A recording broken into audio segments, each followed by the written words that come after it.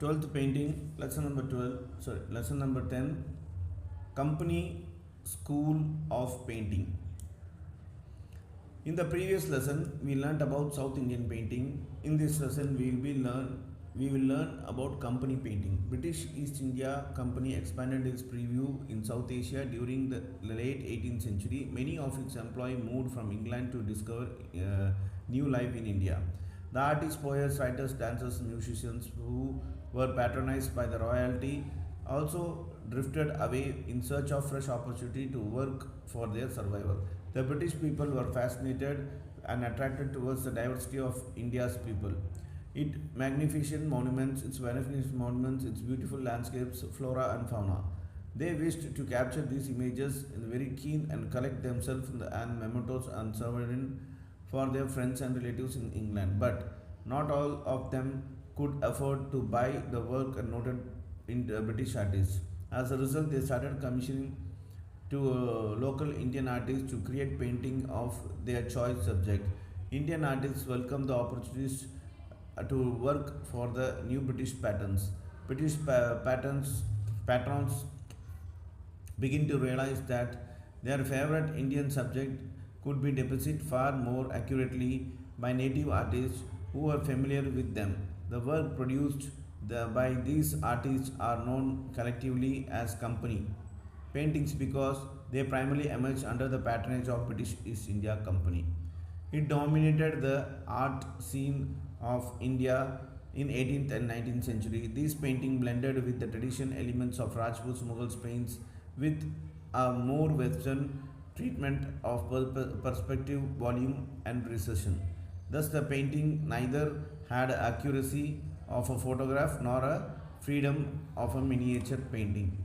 Company painting were first produced in Madras Presidency and soon in other parts of India such as Murshidabad, Patna, Banaras, Lucknow, Agra, Delhi, Punjab and other centers in western India.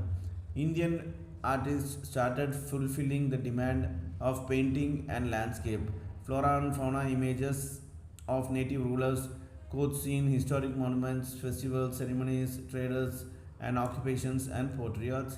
These subject matters of Western patrons were often documentary rather than imaginative. These works were done in the medium of watercolor. Painting were mostly painted on paper, but sometimes were also painted on ivory. Right. Company School of Painting தான் வேறு எதுவும் கிடையாது. இதுக்கு முன்னாடி இந்த லெசனில் பார்த்தீங்கன்னா நம்ம சவுத் இந்தியா பெயிண்டிங்கு அதே மாதிரி நிறைய பஹாரி பெயிண்டிங் இந்த மாதிரி நிறைய பெயிண்டிங்ஸ் நம்ம பார்த்தோம்.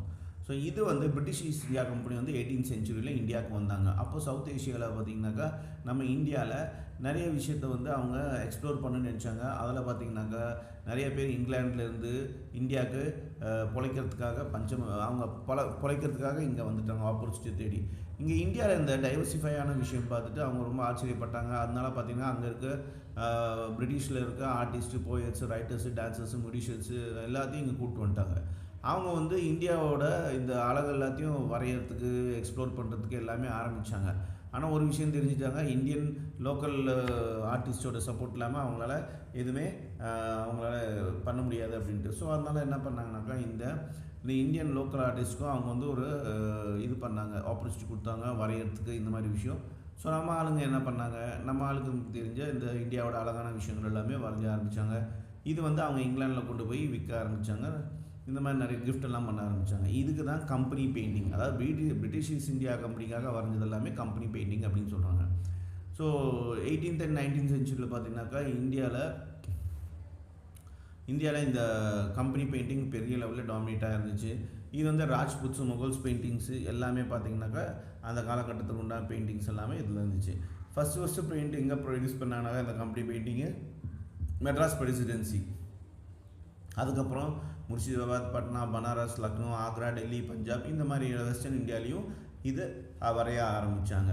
ஸோ இந்த இதில் பெயிண்டிங்கில் என்ன அதிகமாக இருந்துச்சுனாக்கா இந்தியாவோட லேண்ட்ஸ்கேப்பு, அப்புறம் ஃப்ளோரா அண்ட் ஃபௌனா, அதாவது மலர்கள், அதாவது பூ, செடி, கொடிகள் இந்த மாதிரி விஷயங்கள், அப்புறம் நேட்டிவ் ரூலர் அங்கே ஆட்சி பண்ணுறவங்களோட painting, court scene, monument historical monument, festivals, நம்ம நாட்டில் கொண்டாடுற ஃபெஸ்டிவல்ஸு, செரிமன்ஸு, ட்ரேட்ஸு, ஆக்குபேஷன்ஸு, இது எல்லாமே பார்த்திங்கனாக்கா இந்த பெயிண்டிங்கில் இருந்துச்சு.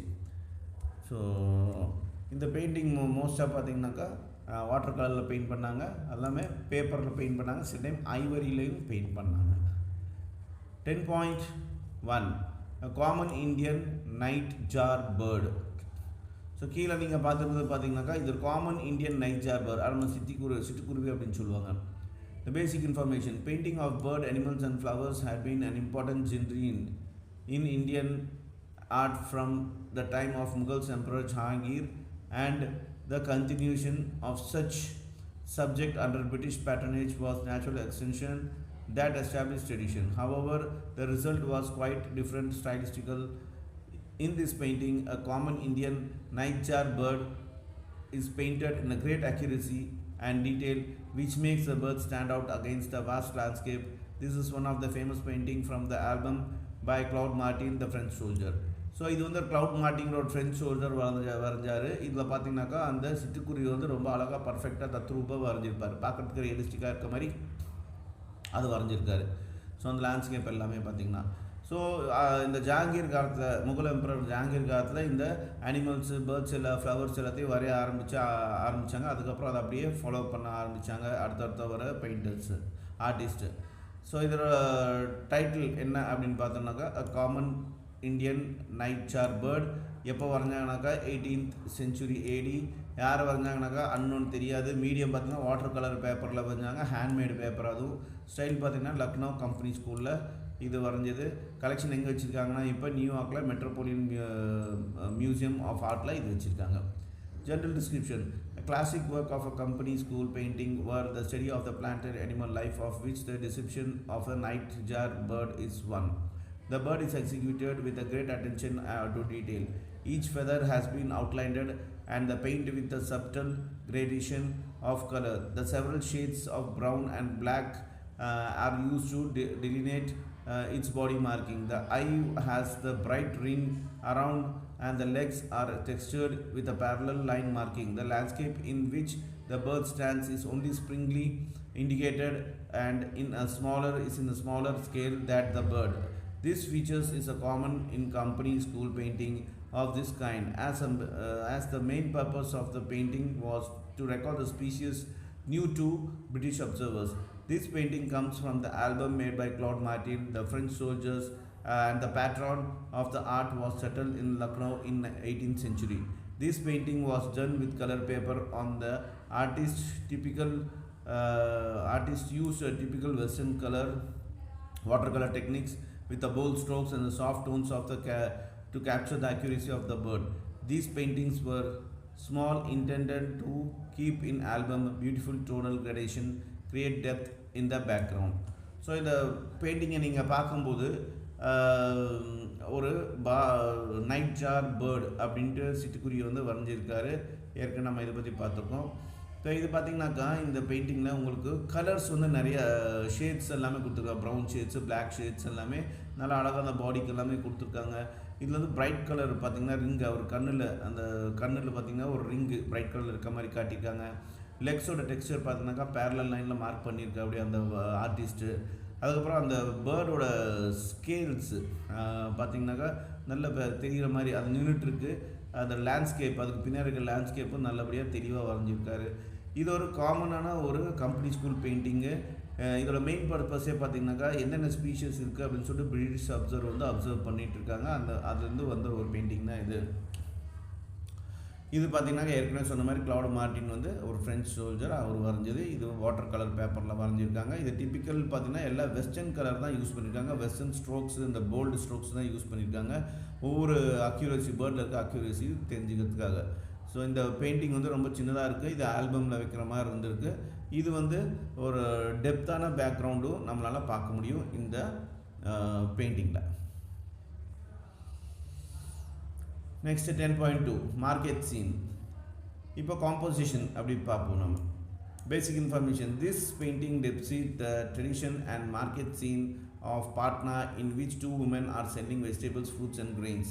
Artist Shiv Dayal Lal beautifully depicts the details with and accuracy of the types of vegetables, fruits, and grains, and has been able to capture the natural environment of the market. The fine details of the clothes are meticulously done. As usual, the background of the painting was not given much emphasis like other company painting. The painting was painted in opaque color, watercolor, and on the paper. The treatment of the background is very different from the foreground. It has a gradual tonal gradation in the background. This painting is very beautiful, bright, and colorful because of opacity of watercolor. So இந்த painting பார்க்கும்போது பார்த்தீங்கன்னா ரொம்ப அழகாக இருக்குது, தெளிவாக இருக்குது. இங்கே பார்த்தீங்கன்னாக்கா இது யார் வரைஞ்சதுனாக்கா ஷிவ் தயால் லால். இவர் வந்து அந்த மார்க்கெட்டில் ரெண்டு லேடிஸுங்க பார்த்தீங்கன்னாக்கா காய், ஸ்பைசஸ்ஸு, ரைஸு, பழங்கள் இதெல்லாத்தையும் விற்கிறது நம்மளால் பார்க்க முடியும். எல்லாமே நீட்டாக சூப்பராக தெரிகிற மாதிரி தெளிவாக வரைஞ்சிருக்காரு. இது நம்மளால் பார்க்க முடியுது. இதில் பார்த்தீங்கன்னாக்கா அவங்க ஒரு டிஃப்ரெண்ட்டான க்ளோத்ஸ், அதாவது பிரைட்டான டிஃப்ரெண்ட்டான க்ளோத்ஸ் அவங்க கல்ச்சருக்கு ஏற்ற மாதிரி போட்டுருக்கிறதும் அவர் வரைஞ்சிருக்காரு. அதாவது நம்ம பார்க்க முடியும். இது வந்து வாட்டர் கலர் பேப்பரில் வரைஞ்சிருக்காங்க, வாட்டர் கலரை வச்சு. இதில் டிஃப்ரெண்ட் ஃபோர் கிரவுண்ட் நமக்கு தெரியுது. அதோட பின்னாடி இருக்கிறது பார்த்தீங்கன்னாக்கா பேக்ரவுண்டுக்கு ஒன்றும் பெருசாக இம்பார்ட்டன்ஸ் தரல. பட் ஃபோர் கிரவுண்ட் வந்து ரொம்ப அழகாக, ரொம்ப தெளிவாக, ரொம்ப கலர்ஃபுல்லாக இந்த பிக்சர் ரியலிஸ்டிக்காக இருக்க மாதிரி வரைஞ்சிருக்காரு. Title market scene period 1850. Artist Shiv Dayal Lal. Medium opaque watercolor on paper Style Patna Company School. Collection எங்கே வச்சுருக்காங்க? Victoria and Albert museum, London. எல்லாமே அங்கே இங்கிலாந்து தான் இருக்குது. General description.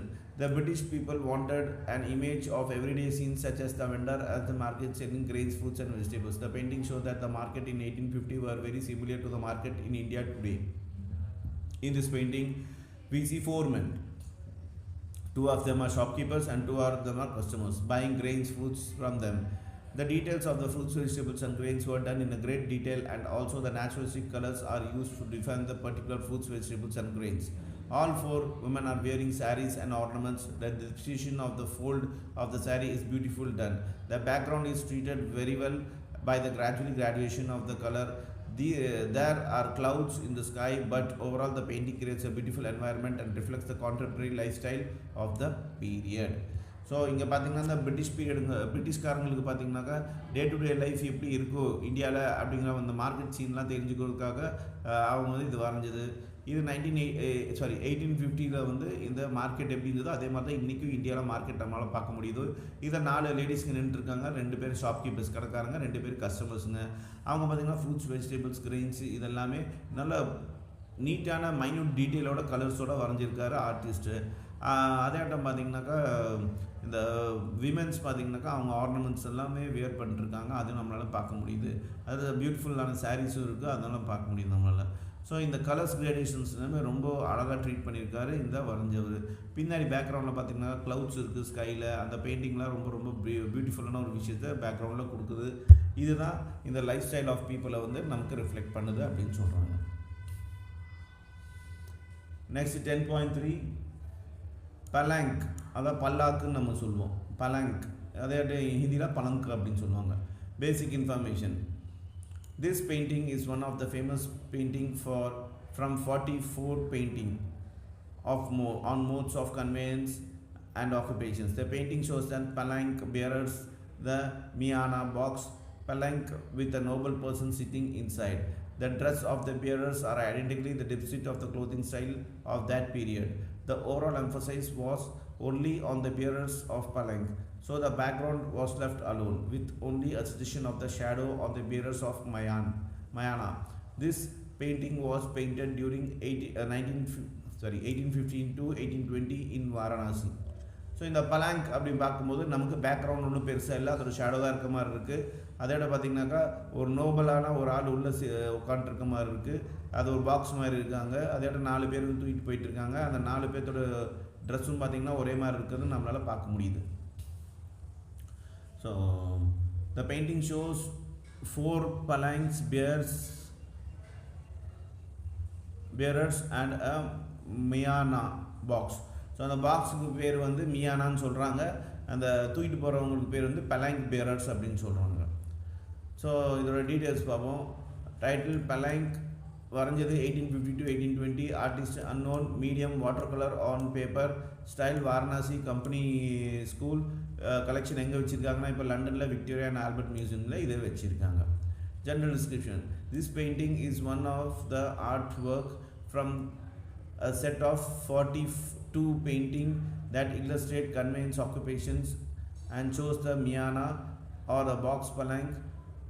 In this painting, there are 4 palanque bearers wearing white kurtas, yellow and brown dhotis, and blue turbans.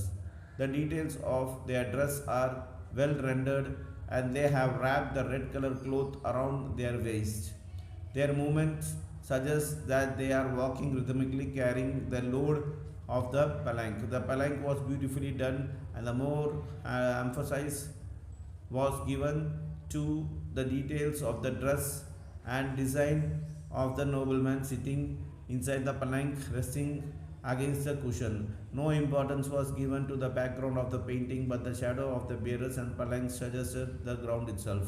This painting reflects the Indo-European watercolor technique on the paper, realistic representation of the human figures and stylization of the clothes.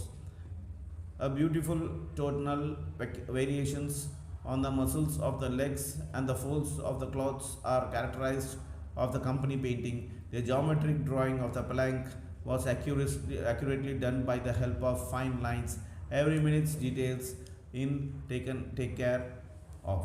So இந்த பெயிண்டிங்கில் நம்மளால் பார்க்க முடியுது. என்ன இது first of all ஒரு 42 painting அப்படின்னு சொல்லிட்டு ஒரு லிஸ்ட் இருக்குது. அதில் வந்து இந்த என்னென்ன ஆக்குபேஷன் இருக்குது அதை பற்றி அதில் இருக்கும்.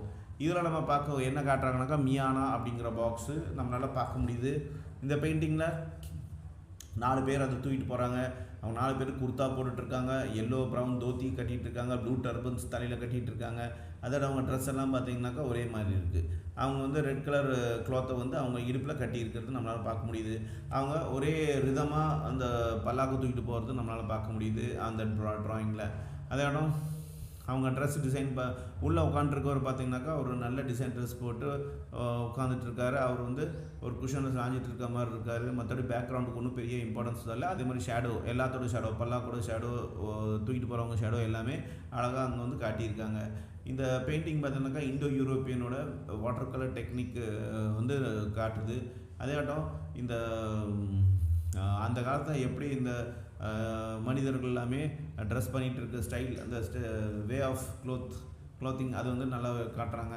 அதோட அவங்க காலில் இருக்க மசில்ஸ் கூட பார்த்திங்கன்னா அந்த மசில் ஃபோல்ட் ஆகட்டும், இல்லை அந்த கிளாத்தோட ஃபோல்ட் ஆகட்டும், அதுவும் நீட்டாக காட்டியிருக்காங்க. அவ்வளோ யூனிக்காக காட்டியிருக்காங்க. இந்த பல்லாக்கோட ஜாமெட்ரிக்கல் பொசிஷன் பார்த்திங்கனாக்கா ரொம்ப அக்யூரேட்டாக இருக்குது. அந்த ஃபைன் லைன்ஸ் எல்லாம் பார்த்திங்கன்னா நம்மளால் தெரியுது. அதோட ஒவ்வொரு விஷயமும் ரொம்ப அழகாக பார்த்து வரைஞ்சிருக்காரு இந்த இவர் வரைஞ்சவர். இதுதான் இதில் சொல்ல வருது. ஓகே, நம்ம இப்போ இந்த லெசன் எல்லாம் படித்தோம் அப்படின்னா ராஜ்புத் முகல்ஸு, அதுக்கப்புறம் பார்த்திங்கனாக்கா பிரிட்டிஷ் பேட்டர்னேஜ் வந்துச்சு. அங்கே கம்பெனி ஸ்கூலில் வந்து ஆரம்பித்தாங்க. அந்த பெயிண்டிங் கலெக்ஷன் நிறைய இருந்துச்சு. அதில் ஒன்று மார்க்கெட் சீனு, அப்புறம் கம்பெனி ஸ்டைல் பாட்னாவில் அது வரைஞ்சிது. அப்புறம் காமன் இண்டியன் நைட்ஜார் பேர்டு, அது வந்து கம்பெனி ஸ்டைல் லக்னோவில்